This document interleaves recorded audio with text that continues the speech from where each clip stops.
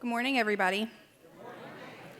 My name is Brittany. I am a woman in long-term recovery, and what that means to me is I haven't found it necessary to use a drink or a drug since September 1st of 2016.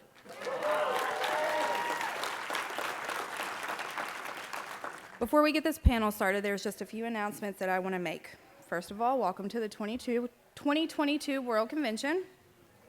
Lanyards and name badges should be worn at all times, and they are required to enter any session. Silence your cell phones during all breakouts. No side conversations during the panels. If you must have a conversation, step outside and do it. Please don't vape or smoke near any entrances. Make sure that you are away from the building when you're vaping or smoking. Take notes during these panels to take back to your chapter. And we will open up at the end of the session for questions. So your questions will be answered. We are panel on replicating Oxford houses. And I was thinking about this panel, and we are all in here because a group of men got together in 1975, and from there we just continued to replicate Oxford houses over and over and over again for 47 years now, so that's pretty cool. We will go over finding an Oxford house, we'll go over training an Oxford house, all the ins and outs. And between our panelists up here, I think we did the math. Between all five of us, those four specifically, they have had a hand in opening over 100 houses. So that's a pretty big deal.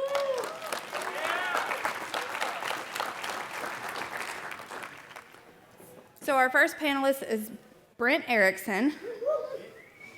Brent moved into his first Oxford house on June 19th of 2015. He was hired for Oxford House on August 1st, 2017. He has opened numerous houses as well as moved in and reestablished many houses. He obtained his PRSS in 2020, and in June of this year, he was granted a full governor's pardon. Brent will be talking to you guys about finding and opening a new Oxford house.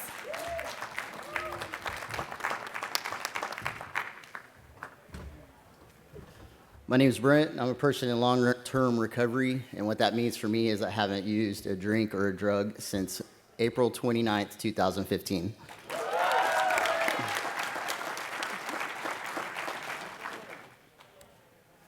All right, I'm going to go over and share some of my experience with what, finding and creating landlords. This first one is my favorite.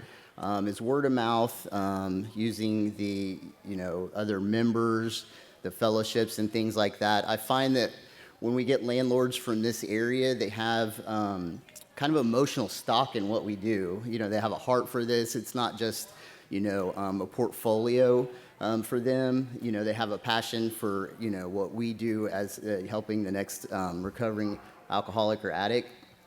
Another thing I do is drive through neighborhoods, look for rent signs and things like that in the neighborhoods that we want to be in. And pick up the phone and do cold calls. I'm not gonna lie, you'll probably get a lot of no's, but it doesn't matter till you get to that yes.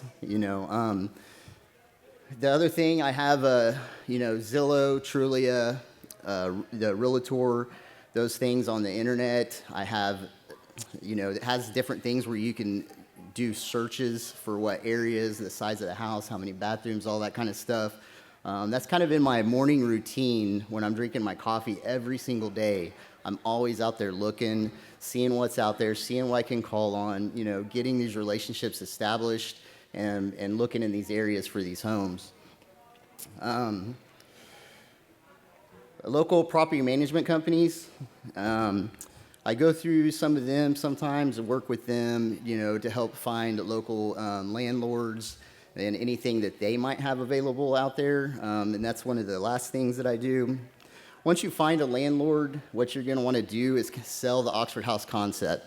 Walking in there and saying, hey, we're gonna fill your home full of addicts and alcoholics. It's gonna be just fine. Trust me, you gotta be able to have a lot of stuff in there and be able to sell that. Let them know, we're the best neighbors on the block. We're gonna take care of your home better than anybody else. So selling the Oxford House concept. Then you're going to want to discuss the lease, all the terms have a lease template, the terms of the lease and things like that. And something that was passed down on to me that I say right out of the gate is that we don't pay a deposit or a security deposit, and we don't pay first month's rent. And that's something that in my area that it's been done and it's been passed on. And you don't kind of sell that because, we have a limited budget to open the house and fill it up, and we have to have members in there that get established so we can start paying that rent, and it helps get the house started off on a good note there. Another thing that's big is discussing the maintenance process, knowing who they have and what their process is, because we want to make sure that when we're opening a house and the house needs something, that we have a good established communication where we know that they're going to get in there and fix the ACs or get in there and change hot water tanks or roof leaks in a timely manner and get those things done for us. I'm a little nervous, guys. Can you hear it in my voice? All right. Thank you. It makes me feel a little better. All right, so locating the right property. Obviously, we want nice homes in nice neighborhoods. We have the right as addicts and alcoholics to live anywhere else that anybody lives. One thing I'm very weary of when I'm going in is HOAs. I do my best to stay away from homeowners associations, but when I do go into those, I want to get all the information that they have as far as their bylaws or their covenant or anything like that.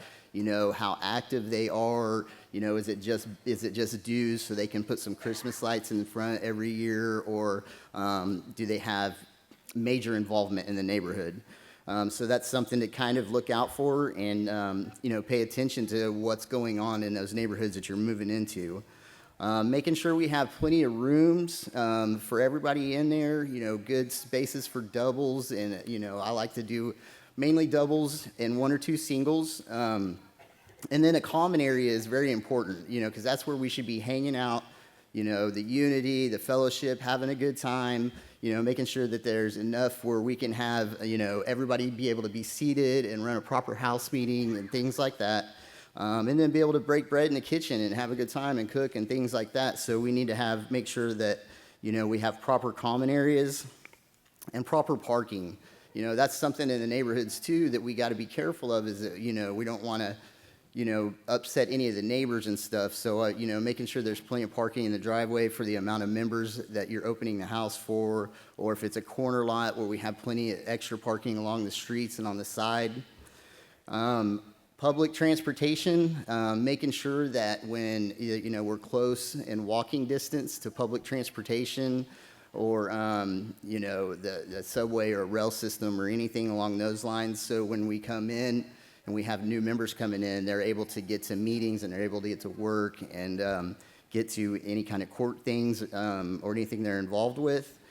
Employment, again, making sure we're close to entry-level employment where we can get in there and help the newcomers get out there and get jobs so, they can pay their rent, obviously. EES, sorry. One thing I do, because I started off in a rural area, now I'm over a metro area. In the rural areas, when I'm going into new places, is on employment, I'll actually go out to some of the industries or employment agencies, and I'll do a presentation with them, because they've never heard of an Oxford House. So I kind of lay the groundwork ahead of time so that they know what we are. They know if we have members coming in there and they say, hey, I just moved into this Oxford House, they already have a concept of what's going on, and that kind of helps lay a foundation for having more well-established house when the new members are coming in and they're trying to find employment. Again, also, I want to make sure that, going out and seeing where all the meeting halls are or the clubhouses, getting in there and meeting everybody, and also making sure that they're in a close proximity for the residents to be able to get to. Community relations, the same thing is kind of with the employment, getting out there, building those relationships with the different referral sources, the different parole and probation, and I lost it. Parole, probation, like counseling, different food pantries and clothing pantries and all those kind of things. And that's what I got to share with you guys. Thank you.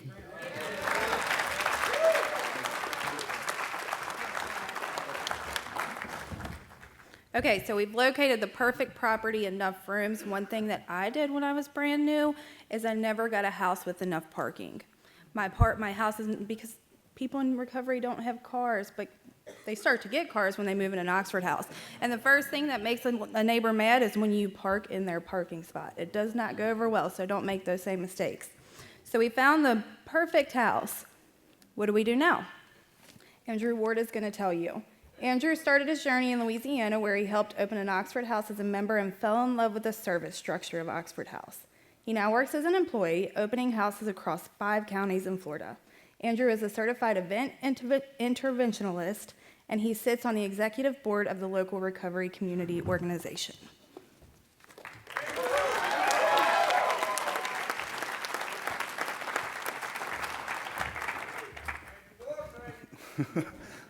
Hello, family.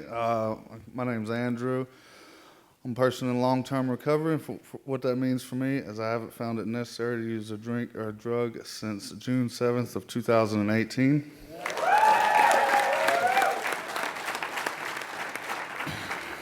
All right, so now we're going to be setting up an Oxford House, all right? And so let's see. So like she said, we found the Oxford House, so now what we're going to do is hopefully we're going to be looking, preparing for the future, right? And so what do we need to do? We need to find furniture. We need to find things to put in this house to make it a home, make it an Oxford House, right? So what do? Tradition number 6, right?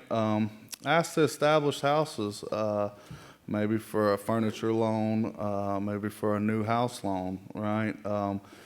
You know, it says in the manual that we can loan each other money, you know, for a period not longer than 1 year. So if you have some established houses that are willing to help out, you know, that's the model. And so you know, that's what I try to do. Let's see. Look at thrift stores, right? Once you get the loan, get some money and everything, look at thrift stores. Look at Salvation Army.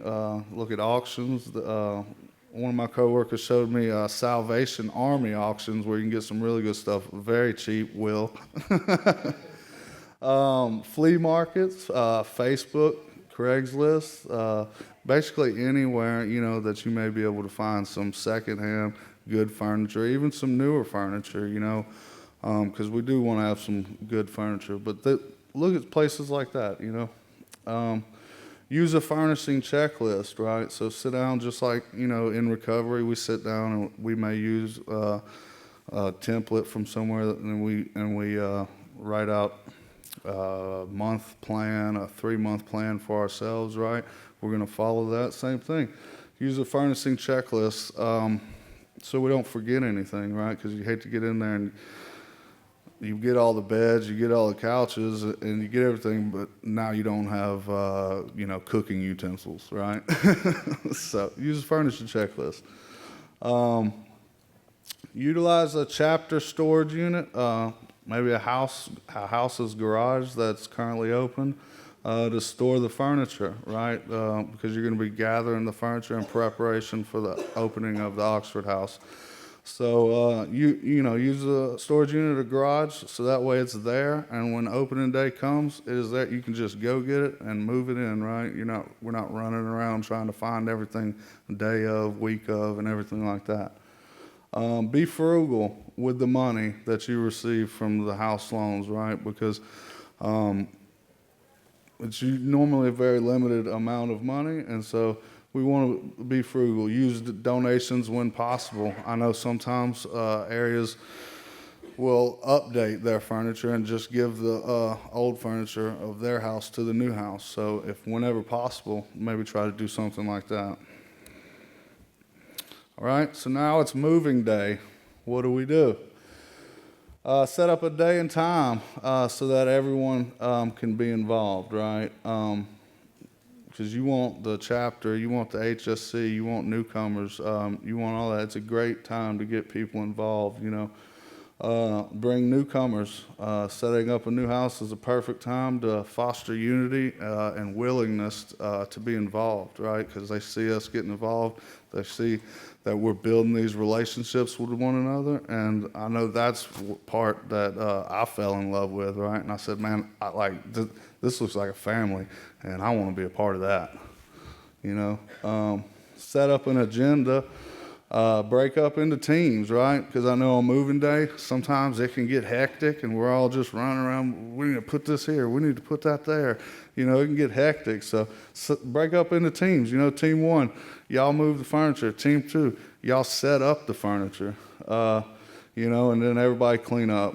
Don't forget to have fun, right? Because we're starting a new Oxford House that's going to save lives for years to come, right? And so this is a good time. All right, so now we're going to make the house a home, right? Because that's what it is. It's a home. We're a family, like they were saying. So set up the binders and filing cabinet. Make it a party. Do that, right? Get out there and print all the binders, set up the filing cabinet, eat pizza, whatever, watch movies while we do it. Just make it fun. Work with the outreach, the chapter, and the HSC to fill the vacancies. We're a team. We all work together, right? And so we got the house, and we need to fill it, so we're going to work with everybody to fill it. Hang pictures. I know that's one thing that got drilled into me whenever I started opening houses. It was like, all right, we're just going to put a bunch of furniture in there, but all the walls were bare, right? And I was like, what's missing from this home? It's pictures, right? So it makes it feel homey. Hang some pictures. Make the living room the heart of the house. I got a house in St. Augustine, Florida, and it's just a living room in the middle, and all the house, and I know all houses aren't set up like this, but all the rooms are just surrounding it. And the unity in that house is so great because there's nowhere for them to go. They have to hang out with each other, right? And so I like make the living room the heart of the home. Put things in there. Make it the family atmosphere that it needs to be. Frame the Oxford House traditions in the charter, right? This is an Oxford House, and we're proud of it, right? And so when people walk in here, they need to be able to see the charter. They need to be able to see the traditions. Having a clean up and set up Oxford House is vital to the family atmosphere. So when new people are coming in, right, I know I like it to be set up and already in place, right? And they walk into a home, right? And they're coming from prison, they're coming from jail, they're coming from a rehab or whatever. They may not have ever experienced a home or may have not experienced one in a very long time. And so it's vital. I think it's vital to have all of it set up and just ready for them to go. Now what? Training day. I put a meme up there. That's funny. Okay. Invite the HSC for a training party, weekly officer training commitments, right? And so that's vital as well, right? Get the HSC together, get the chapter together, and say, all right, who's going to make commitments to come over here and train, right? Together we can do it. 2 people go over here and train this time, 2 people go over here and train that time. And so let's get some commitments to do some training. Go over the guidelines, the manual, the traditions, and the charter. You want to go over all that stuff, not just one, but all of it, because that's the model is in there. Put together a community resource guide. There's example meeting guides, clothes closet, food banks, transportation options, etc. A lot of times people come into these houses and they don't maybe they're not from there and they don't have a lot of stuff, right? So we're saying, hey, this is our home. We want you to be a part of it, and these are some options that maybe we can help you with for you to be able to stay here. So we made an Oxford House. We made it into a home, and remember that the Oxford Houses share their experience, strength, and hope with one another, right? And so we come together as a family and a community to open these houses, right? And we are a family, and together we can accomplish anything, and always to keep recovery first.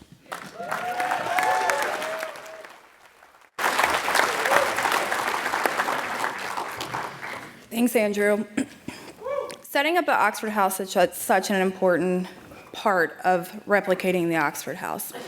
When I specifically moved into an Oxford House, it was an Oxford House that had been around for a little bit, and I walked in and it felt like home immediately when I got there. There were pictures on the wall, and it was home, and we want to give that back. And I know that we don't always want to participate in opening a house. We've worked all day.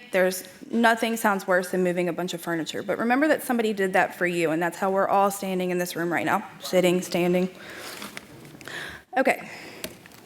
So training and setting the house up for success. Christina is alumna of an Oxford House and senior outreach coordinator in North Carolina. She moved into an Oxford House in 2013 and has been an employee since 2017.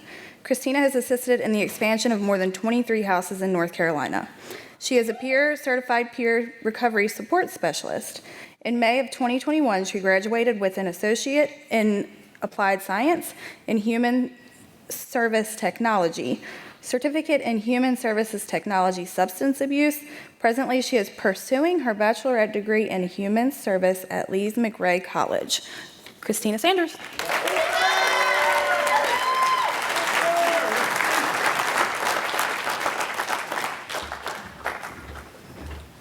Hey guys, I'm Christina, and I'm a woman in long-term recovery, and what that means for me is I've not had a drink or a drug since January 7th, 2016.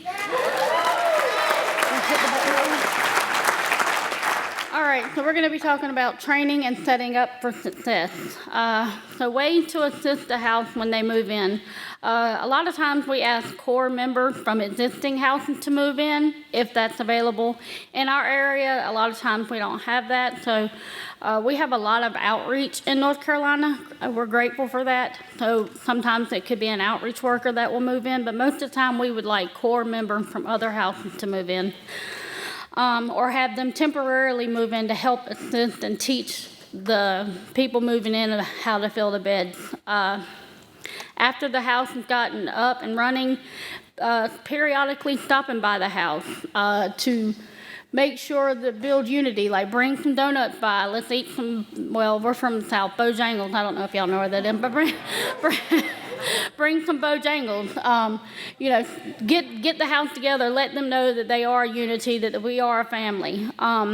Attend house meetings. So usually we attend house meetings when we open new houses. Usually it's, well, I had up here 2 months, but I don't know where that's at. But anyways, oh, it's on the next one. I'm just kidding. Attending the house meetings on weekly basis to help the house with positions. You have to learn to train the officers. They're not going to get it on the first time.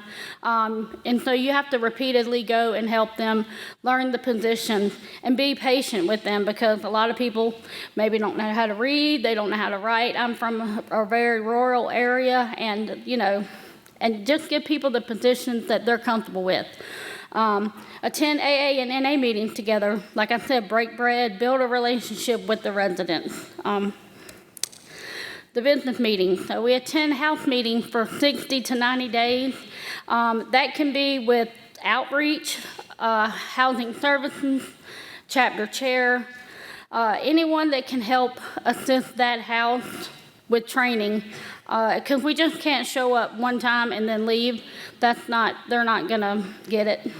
Well, they may get it, but teach them effectively how to run a business meeting. The officer position, the reading of the manual and traditions, and the importance of the tradition in the manual. I know that for me, not just reading the manual, but someone told me, start at the first page. It's important to start at the first page, so, then go through the whole manual, so then nobody can say, well, I've not read the manual. And teaching the importance of the democratic process and why we run things democratically. As he touched on, assuring that the house has all the forms and binders, making binders look really pretty and, with all the copies in it so they're ready to go, making sure they have application and newcomer packets, obviously the president, comptroller, treasurer, secretary, coordinator. Very nervous. teach the house to set up the filing cabinet. So I know that when we start houses, that we make sure the filing cabinets are filled out correctly. But I know that I've been into a couple of homes that have had challenges, and we have had to restart them. And we cleaned them out and cleaned that out, filed that stuff, and started over clean and fresh. Start them with everything new. I know that we file our stuff for up to 2 years, but I don't know how other areas do. But put it in a filing cabinet, put the year on it, put it away. Make sure you have an application folder, new master copies. Those master copies are going to get lost, so newcomer packets, current member, each one needs to have a tab and it needs to be organized. That's all I got.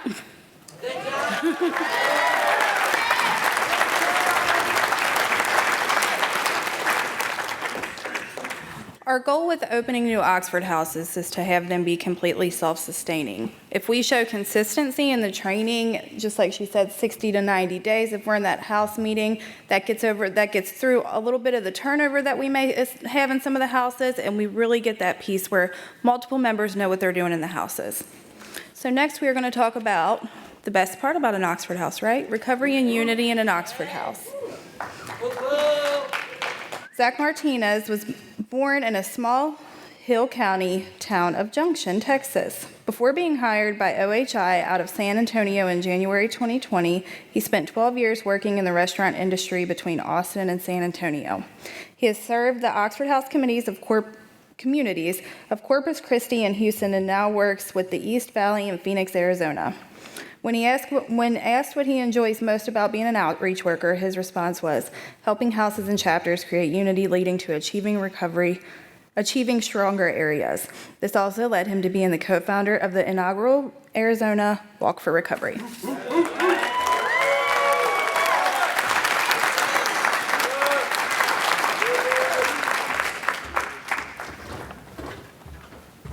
Good morning, family. Good morning. I think there's got to be at least like 1,200 of y'all in here right now. So, my name is Zach Martinez. I'm a man in long-term recovery, and what that means to me is I haven't found it necessary to use drugs or alcohol since March 15th of 2019.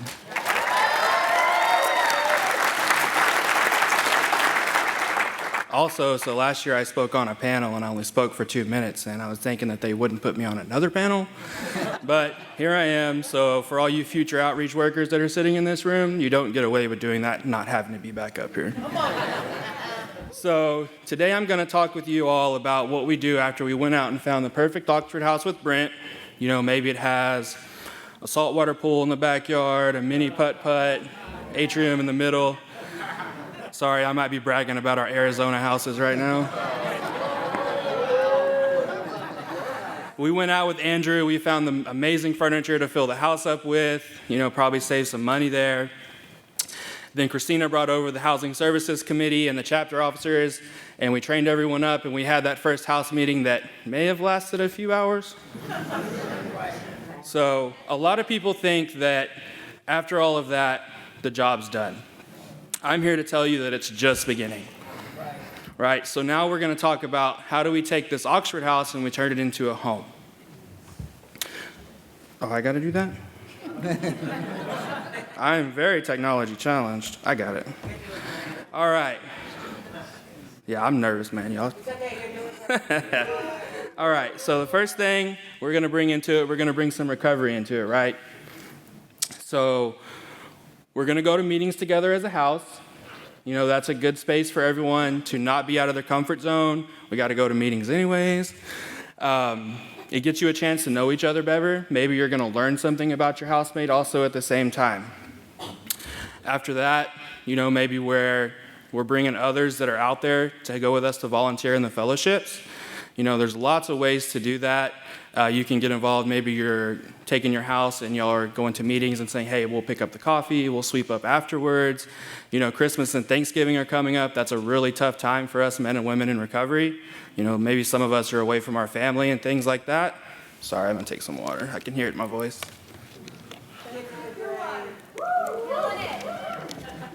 So, what are we talking about Thanksgiving and Christmas? I love food, so yeah. So we're gonna volunteer at some dances, maybe do some car washes or holiday parties. The more that us as Oxford House members are out in the community, the more we show people how amazing we are.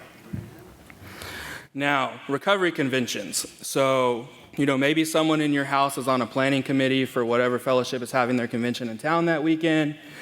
If that's happening, take some of your newcomers with you. Take some members with you. Maybe your house is doing really well financially.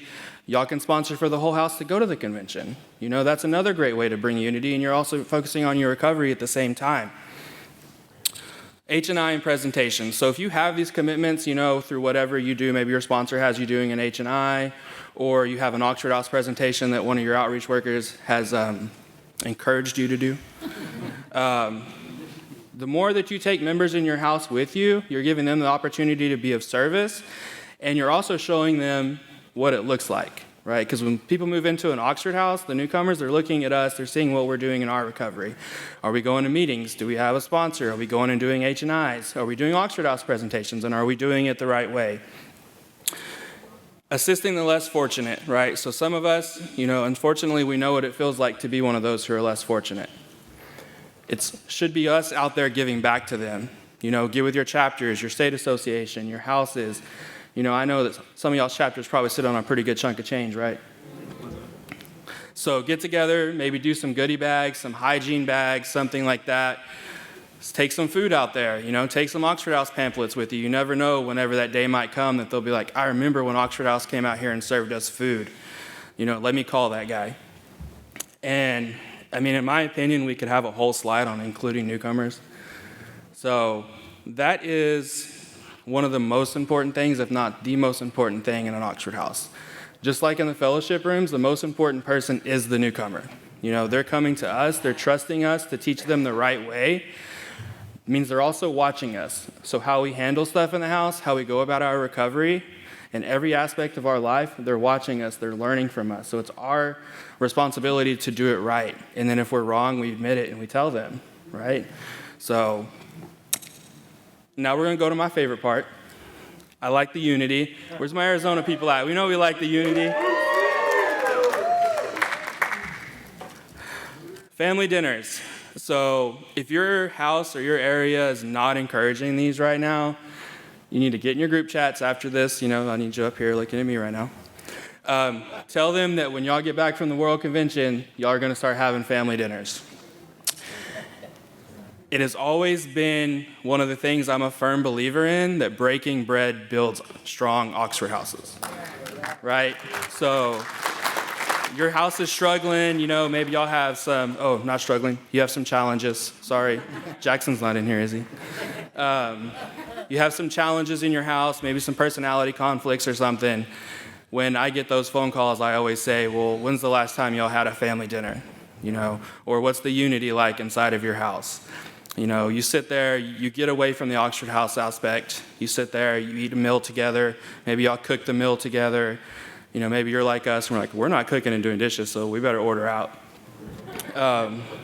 Movie nights, right? It's 2022, technology is pretty advanced, obviously. You can stay at home, make it cost efficient, or your house can go out to the movies together. Maybe there's a movie everybody wants to see, but then again, who doesn't love movie theater popcorn? So, bowling and mini golf. I have seen this go numerous ways. Sometimes challenging. We'll use that word, challenging. That's the word for the convention. So I know, brag on Arizona again, y'all bear with me.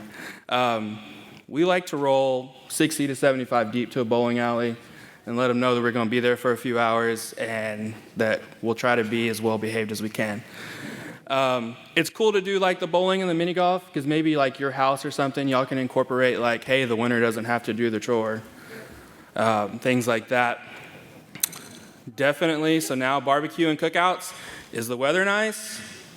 Have a barbecue, right? Buy some food, invite the whole chapter over, get together, maybe have some games, some cornhole, something like that. The the options with that are endless. You can turn into like a little competitive thing. Who can make the best salsa? Who can make the best ribs? You know, we all fight over who makes the best brisket. It is Texas, by the way. You know, maybe best dessert. You know, someone makes a good peach cobbler banana pudding. Call me after this convention. Camping trips. So, you know, maybe your house is wanting to do something big, right? Like you've had a group of people that have been in there together for a little while. You're like, you know, what can we do? Maybe your house is celebrating, you know, being open for a year or anything like that. Grab everyone, go to the woods, you know? Sit around. That can be interpreted a lot of ways, so let's not be getting on that soapbox right now, all right? Not those kind. Maybe y'all can rent out a cabin. I know we had a house, once again, a house in Arizona, that rented out a cabin in northern Arizona and took the whole house. There was 12 guys in the house. They found a way to do it, and they still talk about that today, even the guys that moved on to alumni and things like that. And so now, you know, we've done all of this, right? Who's ready to open an Oxford house? I saw a lot of y'all that did not raise your hands. But those of you that did raise your hands, I'm calling all your outreach workers and letting them know that y'all are ready to go. So, you know, we've done that. We've built the family atmosphere. Our unity's super high. We've went through everything that all these amazing panelists have talked about. So what do we want to do now? Open an Oxford house. We've already opened an Oxford house. We're going to have an open house.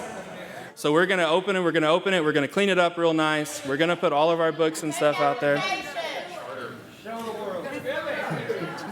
They're not getting that. You're saying having community. I'm trying, I'll get there.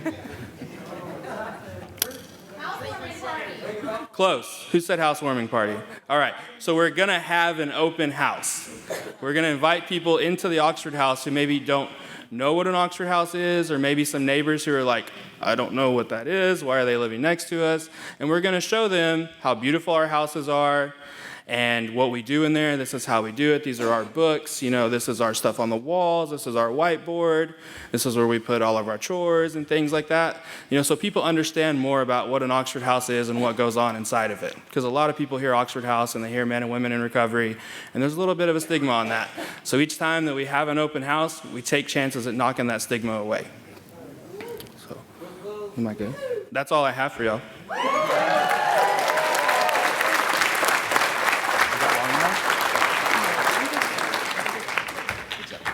Thanks, Zach. So we are at the end of our PowerPoint. We're going to open it up for questions. Tyler is going to come around. Yes, and I have... It's not on. Check. Okay, there we go. And I have one announcement because this is being live streamed on YouTube. If you're going to ask a question, please speak directly into the microphone so it gets recorded. And we'll start with this guy. Hello, I'm James from Virginia. So anyway, just was wondering if you, I know this is on like the new house, but a house that has the members that have been there. So in my house specifically, we've got, nobody in our house is a newcomer by far. The least amount of clean time in our house is 1 year, and collectively we have 60 years out of our 9 members. All right. Suggestions for refreshing a stagnant house. I wouldn't call our house stagnant, but like that's the closest I can come up with. Maybe like a. It's not even like that. It's like boring in a way. Like we're just bored and we know each other. So just suggestions for refreshing that. He keeps saying it's me, but I don't agree with him. So what I heard was you have some senior members who maybe got a little stagnant? We're all comfortable. Okay. How involved are y'all with your housing services committee in your chapter? That answers the question.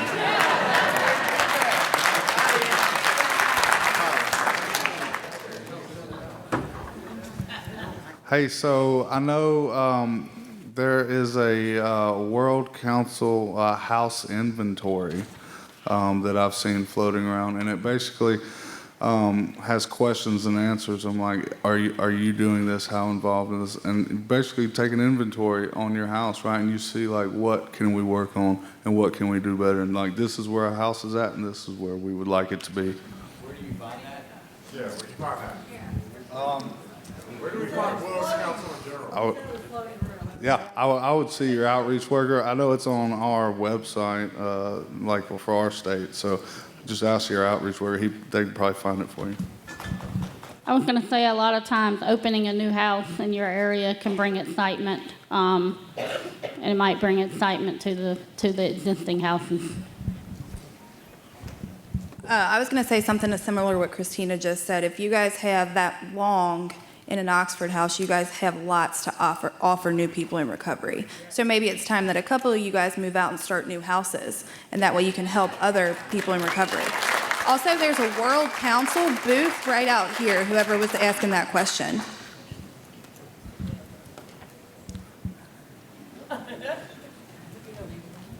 Do I have to stand up? Yes. Oh. Okay. Okay. I'm nervous now. So we have some people in our house that are new-ish, been there for like 6 months. Whenever we try to do a unity event, they're not about it. Like, don't want anything to do with it. She just wants to do her own thing. So how do you like involve them? Yeah. Bring food. We do. Yes, we do.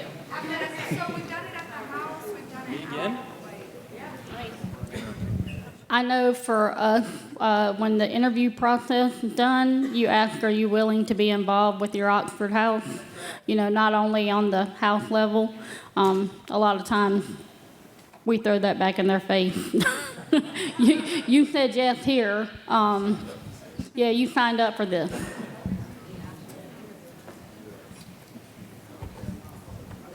Go this direction this time. Hi there. I'm Gina, and I'm from an Oxford house in Connecticut. Wow, this is really loud. I'm the only person out here from Connecticut, and I'm learning a lot here. We don't have a chapter right now, and we have about like 3 women's houses, and I don't have many men's houses, more than that. So I'm learning a lot, and I don't know if we have a outreach worker, but I'd like to, and what I'm envisioning is like, how do I get more involved with like what everybody's talking about, like chapters and outreach workers, and like if I go back home, like what would be my first step to get us more involved in like how this normally runs?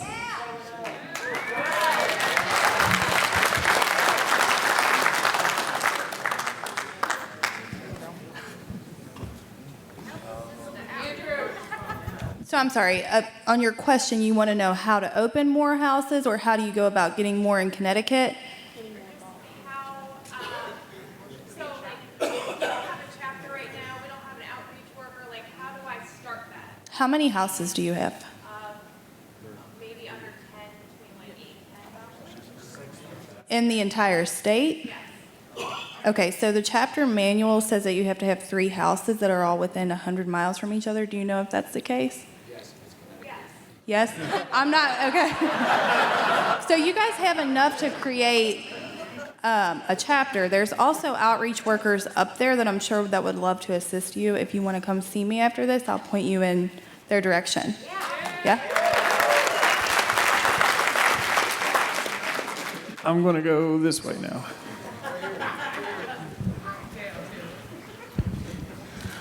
I'm Bobo, I'm an addict. I'm from Jackson, Tennessee. I'm the HSC for Chapter 15. My question is, so you said earlier, one of y'all said earlier about taking donuts to the new houses and stuff and making them feel welcome. Can your chapter pay for that out of that money? And okay. Within reason. Within reason. So when you open that new house, you know what I'm saying, you got a new house, so that chapter can the chapter members actually take it out of that money and go to that house and fund that, so That's my question.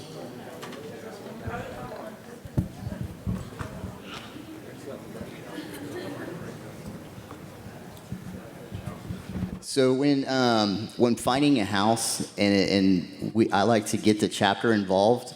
I usually have the chapter come look at the house when we're establishing that, hey, whatever chapter that's going to go in. And so once we establish that, we get a lease, the chapter already has some emotional stock in this house and what it's going to be. And so we do things like we have a house that we just recently opened, and it's called Oxford House Beach, and they called it a day at the beach, where they went and they provided, they had pizza and all these things. The chapter provided this stuff, and they came and they helped set up the house and put pictures on the wall. So the answer to your question is yes, whatever involvement you can to get the chapters and stuff and the members to have emotional stock in what's going on in opening that house.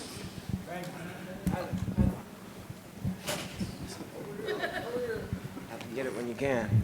My name's Jeff Siegel. I'm from Florida. So you spoke earlier. Hey, Florida. All right. So you spoke earlier about selling the idea to a landlord when you're cold calling.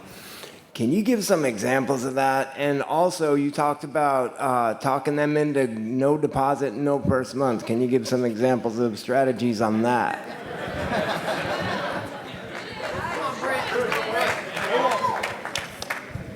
So there's no real, it's just being very confident, going in there with the experience of lots of no's, just to be honest. I mean, a lot of people are going to say no. And I don't budge. When I find a new landlord and it comes to negotiating that lease, when I'm first getting involved, that first lunch that I'm having together with them, I just put it right out there. This is what we do because these are the reasons why. Like, we want to make sure that we establish this house with everything it needs so they have the opportunity to get out there right out of the gate, get in recovery, get jobs. That way we can continue after that first month to make sure you have your rent on the first every time, and we keep renewing leases from then on. And I think another thing that would be beneficial, if you were going to look out for your own landlord, take some references from some landlords you already work with. I'm going to go back here.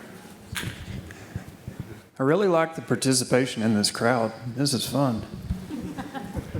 Hi, I'm Shannon. I'm from Oxford House in Phoenix.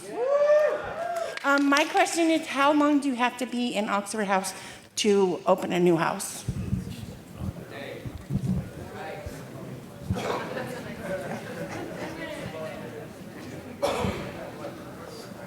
So, when I was a member, right? Well, a guy came from a rehab, and we had already interviewed him, and he moved in, and I helped carry his book bags in, and we dropped it off, and I said, "Here, this is your room. Why don't you come out here and get in my truck with me?" And we went and opened the house.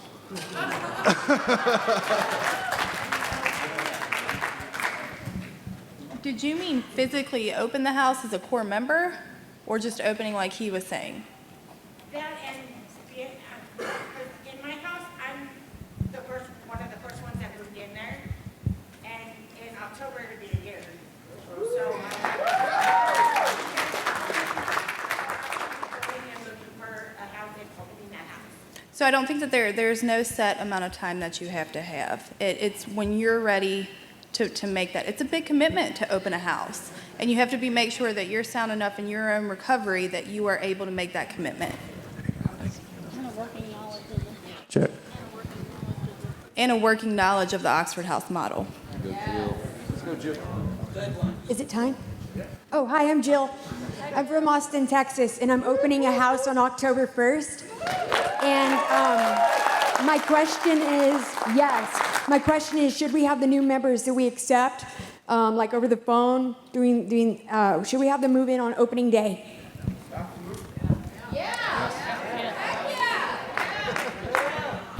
That's really, I hear a lot of yes. If the house is set up and ready, you don't want a new member moving in and having to put together their own bed. So I haven't seen it. What? I have not seen the house. Okay. Just remember about how you felt when you moved in an Oxford house, and if there are people in here that have moved into an Oxford house that wasn't fully set up and the beds weren't set up, how much stress that added onto you already fresh out of recovery. So can you? Yes. Should you? Probably not. Marlon G., Topeka, Kansas. We have actually went from 17 houses to 24 in like a year. So we're growing down there. So my question to the panel is like, I've had a couple of people, I'm the chapter chair, chapter 2 in Topeka.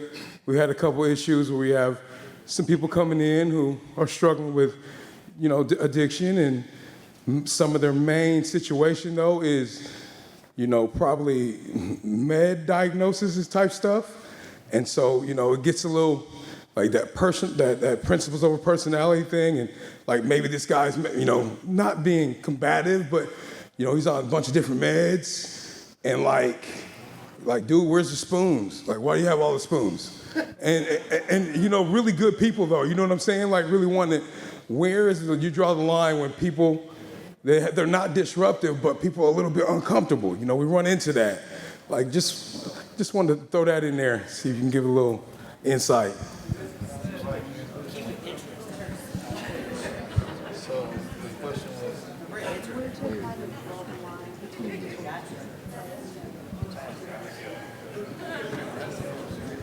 Hello? Okay. So, so where do you draw the line with disruptive behavior? So obviously, we're gonna have, there's behavior, we're gonna have a house meeting and we're gonna talk about this, right? And then, don't let people pull the wool over your eyes. Like, we're all addicts and alcoholics. I know I'm an addict and alcoholic, right? And so like, I know when somebody's trying to hustle me and trying to do, pull the wool over my eyes, right? And so just sit down and be like, look, like, these are the behaviors, right? And so if the behaviors add up to what you think it is, then, hey, this is principles before personalities, right? And go with that and vote on it, you know what I mean? So, I know we want to help everybody and we want to do these things, but you can't let, you can't let somebody get away with like using in the house just because I just really care for them and I really want to help them. I do care for them and I really want to help them, and that's why I am saying you can no longer live here no more, so you can go and get the help you need. Yes. Not using though. They're on meds and stuff. They're getting help from like recovery facility. They're not using, but they're on meds. They're a little bit. I have an answer. My name is Tyler. I'm an alcoholic. So houses can have that individual count their medication to make sure that it's being taken properly. The next thing is the house can have an emergency meeting to address the individual's behavior, and they can write down everything that this person is doing and set a standard for them to go back and talk to their physician, because maybe it's a medication issue. Maybe they're taking multiple medicines that aren't mixing well together, things of that nature. There's also behavior contracts, which people can be placed on, not as a punishment, but to modify certain behaviors. And then, corrective measures. And last but not least, would be expulsion. Thank you, Tyler. You're welcome. Thank you. I'm Jackson. I'm an alcoholic. I'm from Northern Kentucky, and I'm a Chapter 13 chair. So my question is, my outreach has asked me to possibly move to a different house to stabilize it, and I'm a little nervous, and I haven't given them an answer because of that, because I don't know exactly what that means so I guess my question would be some ideas or some advice on how to stabilize a house correctly. Do it. Me? Yeah. Is it already on? Is it on? Can y'all hear me? Oh, it is on. My bad. So my first piece of advice would be to do it. Any opportunity you get to go and help a house with challenges in it, take the opportunity. It's not only beneficial to your own recovery, it's beneficial to those that you're going in there to help. when dealing with the situation after you've moved into the house, you know, and you've looked at everything, you're like, okay, this is what we need to do. Definitely focus on the unity in it, right? You know, show them like, hey, if we get together as a group, you start building that trust. You know, y'all start having those tough conversations a little easier. You know, y'all be able to go through anything, everything together as a house. And then maybe also don't forget to focus on the group's recovery as a whole, like not individual. Like it's everyone in the house doing what they're supposed to be doing. You know, and if they're not, then the house as a group should sit down and talk about that. And then you'll find your ways throughout those two things, at least in my experience. The things get a little easier as, you know, you might take a little while, but you'll get to the point to where you want to go. I also recommend, so like the outreach worker asks you to, you know, take this opportunity and then like you go find somebody else that you believe in and ask them the same thing, right? Like kind of build a team, you know. And I always say, ask your sponsor, pray about it. Yeah. You done?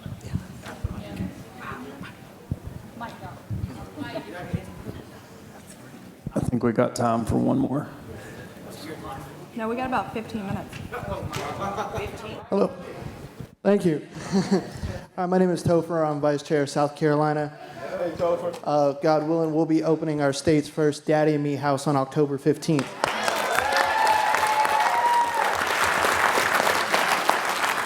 Speaking of Daddy, anyone have any recommendations on things that you would stock a house for children? For children, plug-in cover, door handle, gate,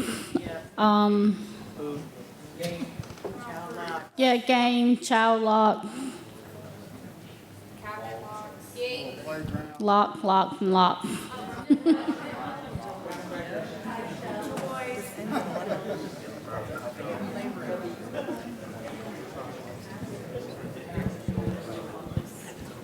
I made a mistake. We got plenty of time for questions. Hi, my name is Michaela. I'm from Illinois. I'm a secretary chapter. So I have two questions. One, like how to get a chapter involved. Our chapter doesn't really have any core members. We have like about 2 with about 3 years clean. And I would say they're to the point where like they've been doing it so long that they like don't want to feel obligated. So like we are just now, we had a chapter with nobody in positions. So we're just now filling those. And because we have a significant amount of money in our chapter account, the first thing is to like open a house. But no one wants to put in the time, effort, or to even move into that house. It's just because it sounds good. And then my second question is to build unity in a house where like your house wants to like actually know the manual and then like get the knowledge instead of just living there or like having a place with free, like cheap rent, basically. I'm going to answer your first question and then I'll pass it along. Just like with a chapter and in a house, a chapter takes a little bit of time to stabilize. So somebody said it before, you're going to want to reach out to the newcomers in the houses and bring them to chapter. And I know Illinois that they have to be at some anyways, but bring them and show them how much fun you have doing it, and really connect to the newcomers because they are going to be the future of your chapter. Can you ask your second question again? So my second question is, sorry, I'm loud already. My second question is, my house is struggling with like not knowing the knowledge of Oxford and just have like been complacently living there for so long, some of the members. So like making, I guess, per se rules as they go, and then it's like a bossing type of situation. So how to have a house with unity and not just bosses. So I think that, trying to have unity maybe wrapped around, let's do some manual studies together, having some, dinners and things like that, and try to go maybe over the manual in small sections and ask each other, kind of what you all, individually think about that and how you all interpret it. I think, you said making rules or guidelines as you go, and I think that a house should establish some basic guidelines to go by, and make sure not to be changing those based on personality. Make sure they're based on principle. Houses should be voting, not to benefit an individual. Let's change this because it benefits me. It needs to benefit the house as a whole. The second breakout panel, which might be beneficial for your situation, is leadership versus bossism, practicing democracy. So that might be a good one for you to go to.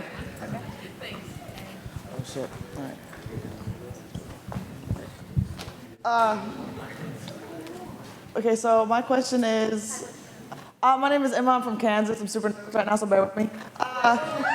Woo, yeah. Okay, so I'm very grateful for the house that we have right now and the landlord and stuff, but stuff is like kind of falling apart in our house. It's a one children's house, and we'll contact the landlord, and nothing gets fixed. The guy will come, and then we just have a lot of stuff happening that's not really getting resolved. They'll come out one time, and then they'll not fix it. Okay, so I want to open another women and children's house. The house we have right now is like a charter for 10. It's a big house, so trying to find another house.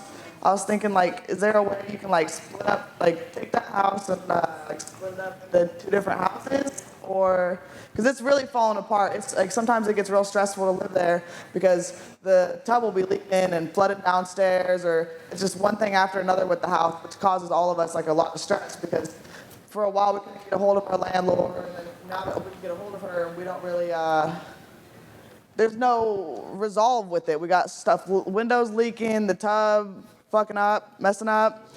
It's lots of issues, and so I don't really know what to do. So I think you kind of got a 2-part question. So the first part, are you guys keeping logs of all this maintenance things? When you call in, how it was fixed, if it was fixed completely, you need to keep good records. That way, if it gets to a point, you can, really talk to your outreach worker about it. But, if you get in a situation where you can get out of your lease early. We're on a month-to-month lease. Okay. So, yeah, but you want to have good records and those kind of things of what's going on. In all situations, having a maintenance log of what's going on and how to fix that and things like that. I'm going to answer the question as far as dividing a house. I wouldn't, in a perfect situation without all the maintenance issues, I wouldn't want to take too many residents away from one house to open another one because we don't want to destabilize that house. I've known of or worked with situations where we'll take an individual out of a couple different houses in a chapter to move 3 or 4 people into a house to open it, but not out of the same house. Does that kind of make sense? So what I'm asking is if that house doesn't get fixed and if there's no resolve, and if we can't find a house big enough for all the girls, then to take that house, stop that house, and then go to 2 different houses. or 1 if we can find one big enough. It's hard because we have a lot of girls. We did something like that in Alabama. We had a house that it wasn't working out. The house was falling apart. It was terrible. And they took everyone out of that house. They closed the lease and they divided them into other houses until they could find a better situation. We don't have space for that though. We don't have enough. We only have 2 women and children's houses in Topeka, and we wouldn't be able to do that. Yeah, I would get with your outreach worker and ask those questions. All right. My name is Royce. I'm from Alabama, Roll Tide. So I've been with Oxford House for about 14 months, but there's been a couple of times I've went and started up a new house, helped it out. But now I've been put into a house that's got a setting for 12 people. So right now there's only 2 of us there because it's still under construction and we're getting the beds and all that stuff for it. But I know in Alabama it's different than some other places because I know I've heard people say that they require a move-in fee, or at least a move-in fee up front.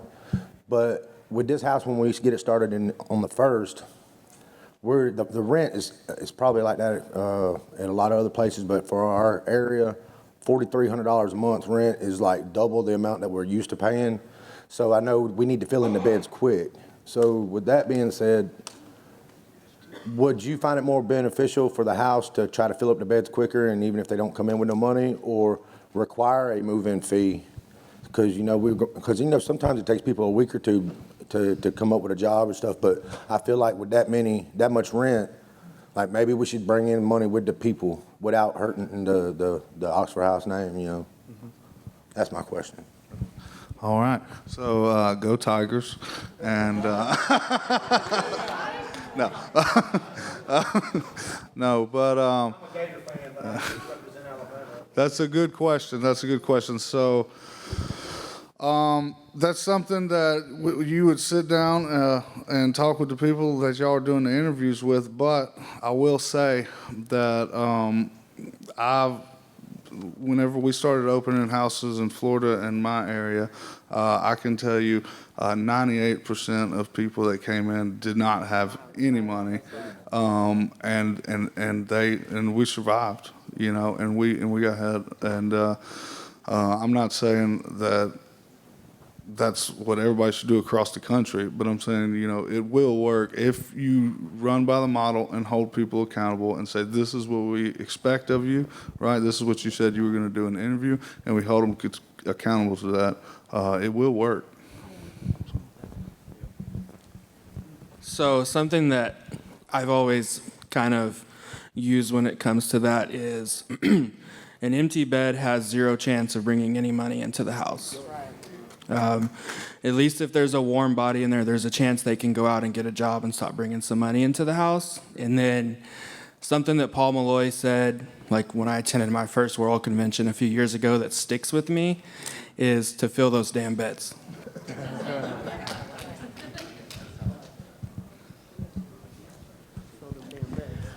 Hi. Oh. Hey, y'all. My name is Camille. I'm from South Carolina. I have a question. For the Mommy and Me and Daddy and Me houses, why is it that children over the age of 12 are not allowed?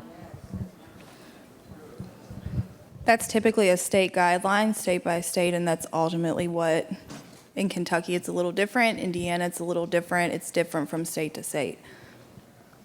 There's not really one concrete answer. I don't know. I don't know the answer to that. Is that an Oxford State recommendation? The state committee for each state makes that choice? Or is it state law? Kentucky is a state law, and I would assume that it's like that in every state. Tyler, do you know? Personally, don't know about the variances. Check. Sorry, the microphone's cutting in and out. But I do know that, like, say that there's a young male child that is 12 or 13 years old experiencing puberty, and he is in a house full of 8 grown women, that could be very detrimental to the way that he grows up and what he's exposed to and things of that nature. And the vice versa can go for, like, men and children's houses and little girls and things of that nature. And don't quote me on that. I think it's also like a HUD guideline, and we have to follow those throughout all states.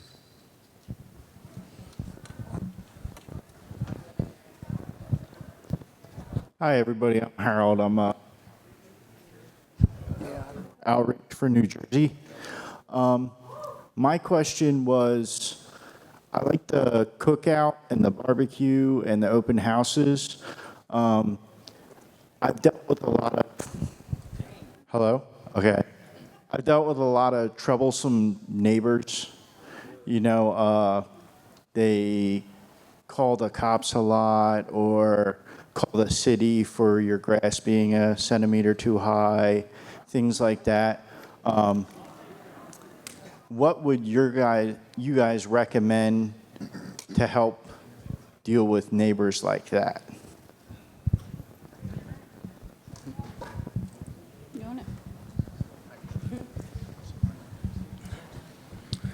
So as far as like when you're having your unit events and your barbecues and your neighbors, something that I try to work and teach in Arizona is if you're gonna have a big party and it's coming up, maybe give your neighbors a little bit of a heads up, like, hey, just so y'all know, on this day, we're going to be doing a 4th of July party, or we're having Thanksgiving lunch for people who have nowhere to go at our house.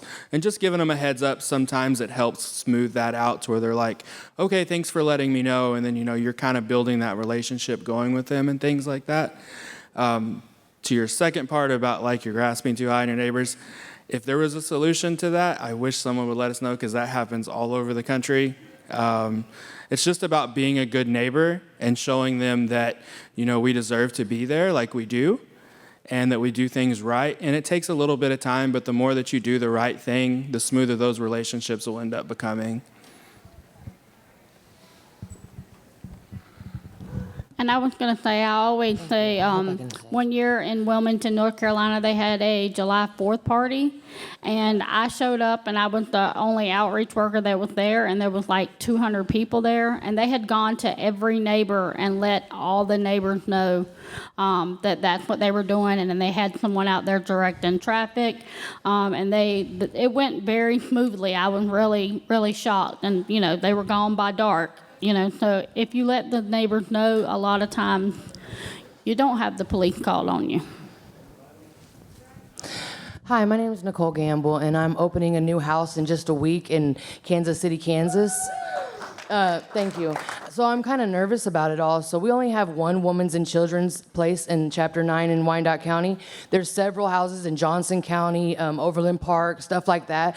But we have one woman's house in Wyandotte County. So I advocated for women in Wyandotte County being the HSC chairman. I'm kind of nervous, and I wanted your guys' advice or encouraging things to tell me, because I'm apprehensive about it. It's going to be a women's reentry, and it's well overdue, and I'm just really excited but really nervous, and just want to take all I can from this. And I'm also going to go to the next, the one about reentry and prisons and stuff. So I was just wondering, is there any advice you guys can give me, because it's a lot, you know what I mean? And I want to do the best I can, but it's all new to me, you know what I mean?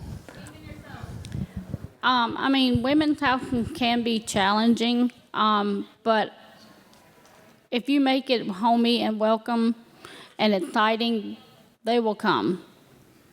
I'm worried about the transition from women and children to the women's reentry, which is, the dynamic is a little different, you know what I mean? Yeah, we don't have women, we have them all together. So it's a little different. I'm not sure exactly. I think I have an idea of what you mean by reentry, but I think that my biggest piece of advice for you is to remain patient and keep your goal at the forefront. And it's not always going to be easy to do. Like I said, opening a house can be really stressful, but remember why you're doing it there, because the women coming from incarceration need the same chance that you have. And that may be a little more challenging than just having a women's house. Make sure that you keep your balance between your personal life, your Oxford house, your work life separated, your recovery. Make sure you stay in recovery and lead by example. You want them to do what you're doing, so that's the biggest thing, is to lead by example. Thank you guys for your time. That's it. All right, guys, we are at 11:03. If you guys have any questions, anybody with their hand raised could get with some of us, and any outreach worker can answer your questions, okay?